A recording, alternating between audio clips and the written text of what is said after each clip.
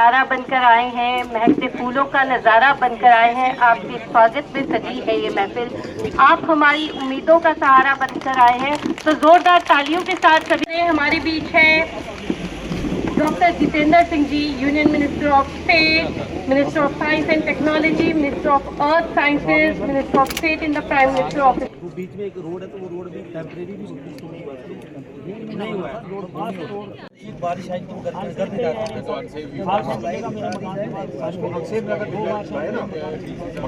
Case में तो मैं टीम भेजी। सर बिजली प्रोसेसिंग कर रहा है कोई भी सर का, कोई आपको पूछो किसी को कोई भी महाराष्ट्र में गया जब ठेकेदारों को पेमेंट नहीं मिली।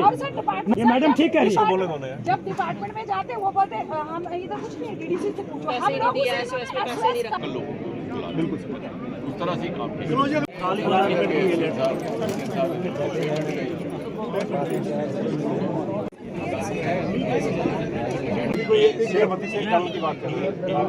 में एक सिलसिला रखा है पब्लिक दरबार लगाने का। तो पहले तो हम डिस्ट्रिक्ट लेवल पे लगाते थे, फिर ब्लॉक लेवल तक गए, पंचायत तक गए, जगह जगह जहां से मांग आती है वहां से उसको फिर से दोहराया जाता है, पूरे उस सिलसिले को, पूरे क्रम को। उसी सिलसिले के तहत आज हमारा रामबन में बैठा हुआ, एक तरफ हमारे सबके सब जनप्रतिनिधि पब्लिक के सारे नुमाइंदे मौजूद थे, एमएलए साहब थे, डीडीसी की चेयरपर्सन थी, बाकी के डीडीसी के मेंबरान भी सारे थे, यहाँ के जो सरकर्दा हमारे यहाँ के लीडरान हैं, नीलम जी, दूसरे लोग, सलीम साहब मनाल से, और साथ ही साथ इंतजामिया की ओर से डीसी साहब की क़यादत में सारी की सारी जिला की टीम थी।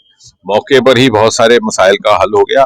आमतौर से देखा जाए तो मैं चाहूंगा कि आपके मार्फत ये प्रशंसा भी की जाए, ये तारीफ भी की जाए कि यहाँ पर पब्लिक के नुमाइंदों और इंतजामिया के बीच बहुत अच्छा ताउन है, बहुत अच्छा सहयोग है, बहुत अच्छा समन्वय है। और कुल मिलाकर के क्योंकि ये जिला अभी हाल ही में सैलाब से गुजरा है और बड़ा एक नामुराद सा इस वक्त रहा, कुछ एक सप्ताह और कुछ एक मास, उसके बावजूद जिस तरह से इन्होंने फौरी तौर पर उसको संभाला, डीसी साहब, उनकी सारी टीम ने, डीडीसी, एमएलए साहब ने और हमारे यहाँ के सभी लीडरान ने मौके पर जाकर के सैलाब से प्रभावित हुए लोगों की मदद भी की, और साथ ही साथ उनके लिए जो उस वक्त फौरी तौर पर जो चीजों की जो दरकार थी, जो असिस्टेंस, वो भी मुहैया करवाई। और अब जो नुकसान हुआ उसका एस्टीमेट डीसी साहब ने दिया हुआ है, रिपेयर का काम भी शुरू हो चुका है, परमानेंट रिहेबिलिटेशन का भी काम आहिस्ता आहिस्ता शुरू हो रहा है, टेम्पररी तो लगभग हो चुकी है। और मैं आपके मार्फत और आपके माध्यम से ये भी गुजारिश करना चाहूंगा कि कई ऐसे यहाँ पर इलाके हैं, खासतौर से रामबन के खित्ते में, जो कि मुस्तकिल तौर पर वल्नरेबल है। जब भी कोई सैलाब आता है, फ्लैश फ्लड आता है, वहां पे मकान बह जाते हैं, लेकिन चूंकि वहां पे जो बसने वाले लोग हैं उनको जहनी तौर पर एक उस इलाके के साथ एक अटैचमेंट भी रहती है, एक उस इलाके के साथ उनको, चूंकि उनकी पैदाइश परवरिश वहां हुई होती है, तो उनको आसानी से वो इलाका छोड़ने को मन तैयार नहीं होता। लेकिन चूंकि जान के से ज्यादा कोई कीमती चीज नहीं है, तो उसके लिए हम एक अल्टरनेटिव जगह डीसी साहब शिनाख्त करेंगे और उनको हम समझाएं कि वहां पर अगर दोबारा मकान बनाए जाए तो फिर से उस तरह की मुसीबत से उन्हें दो चार होना पड़ सकता है। और साथ ही साथ जो हाईवे का काम यहाँ चल रहा है वो लगभग तकरीबन मुकम्मल हो चुका है। तो मुझे लग रहा है कि आने वाले वक्त में रामबन एक बहुत बड़ा जंक्शन बन रहा है जम्मू और श्रीनगर के बीच के, दोनों शहरों में, दोनों कैपिटल सिटीज के बीच में, क्योंकि इस तरफ से भी 2-2.5 घंटे में आप जम्मू पहुंच जाते हैं, इस तरफ से भी 1.5-2 घंटे में आप श्रीनगर पहुंच जाते हैं। सर आप एम्बुलेंस भी एक आपने ठीक किया, याद करवाया, यहाँ से मांग आई थी जब पिछली बार हम यहाँ आए थे, अभी 2 माह पहले के, एक यहाँ पर एक आला दर्जे की एक मॉडर्न फैसिलिटी से लैस एक एम्बुलेंस वैन यहाँ मुहैया की जाए, उपलब्ध करवाई जाए।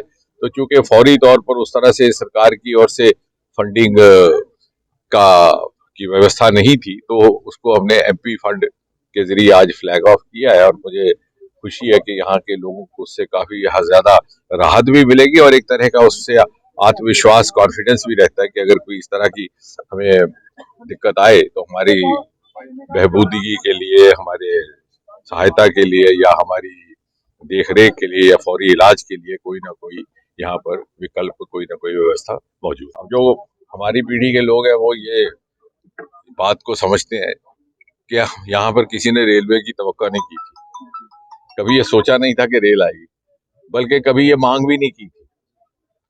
जैसे वो गालिब का शेर है कि जब तवक्को ही उठ गई गालिब क्यों किसी का गिला करे कोई। पिछले कभी गिला भी नहीं था कि यहाँ रेल नहीं है, क्योंकि हमारी पीढ़ी के लोगों ने देखी नहीं थी। हमारा भी पहाड़ के ऊपर गांव है, तो वहां से कई ऐसे बुजुर्ग थे जो मोटर कार के दर्शन किए बगैर ही दुनिया से कूच कर जाते। तो सड़क आ जाए यही एक बहुत बड़ी रहमत मानी जाती। लेकिन अब वक्त बदला, जमाना बदला, 2-3 पीढ़ियां आगे चली, और मुझे अच्छा लगता है जब नौजवानों में ये इस तरह की एस्पिरेशन है कि आपको रेल भी चाहिए। अभी हाल ही में किश्तवाड़ के लिए हमने हवाई अड्डा मंजूर करवाया है, जो उड़ान के तहत। उधमपुर में हवाई अड्डा जल्दी चालू होने वाला है, और यहाँ पर रेल का आना तो बहुत बड़ी नेमत है मैं समझता हूँ। और इसका सबसे ज्यादा क्रेडिट अगर किसी को देना है तो वजीर आजम प्रधानमंत्री मोदी जी को, क्योंकि 25-30 साल जम्मू में रेल पहुंची थी 50 साल पहले 1972 में।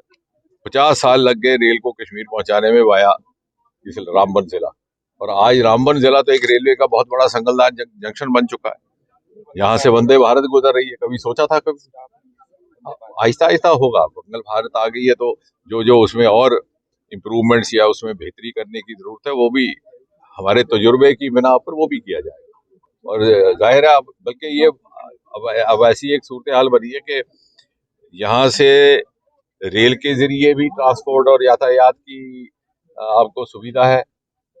वहां से एक्सप्रेस कॉरिडोर जब कटरा से शुरू होने वाला है जनवरी के मार्च के महीने से, क्योंकि तवक्को है कि दिसंबर तक पहुंच जाएगा जम्मू, तो आप यहाँ से कटरा पहुंच जाएंगे लगभग 1 घंटे में ज्यादा ज्यादा, और वहां से आप 6 घंटे में दिल्ली। तो आप अंदाज लगाइए कि आपके पास सड़क का भी रास्ता मौजूद है, रेल का भी है, और उधमपुर में हवाई अड्डा जब चालू होगा तो पौन घंटे में उधमपुर पहुंचेगा, जहाज भी आपके दरवाजे पे खड़ा है। तो मुझे लगता है कि जो कभी सोचा ना था वो तस्वीर बदली है रामबन की, और ये इसलिए मुमकिन हो सका कि मोदी जी के आगे हमने जो मुतालबा रखा उन्होंने उसको कबूल किया और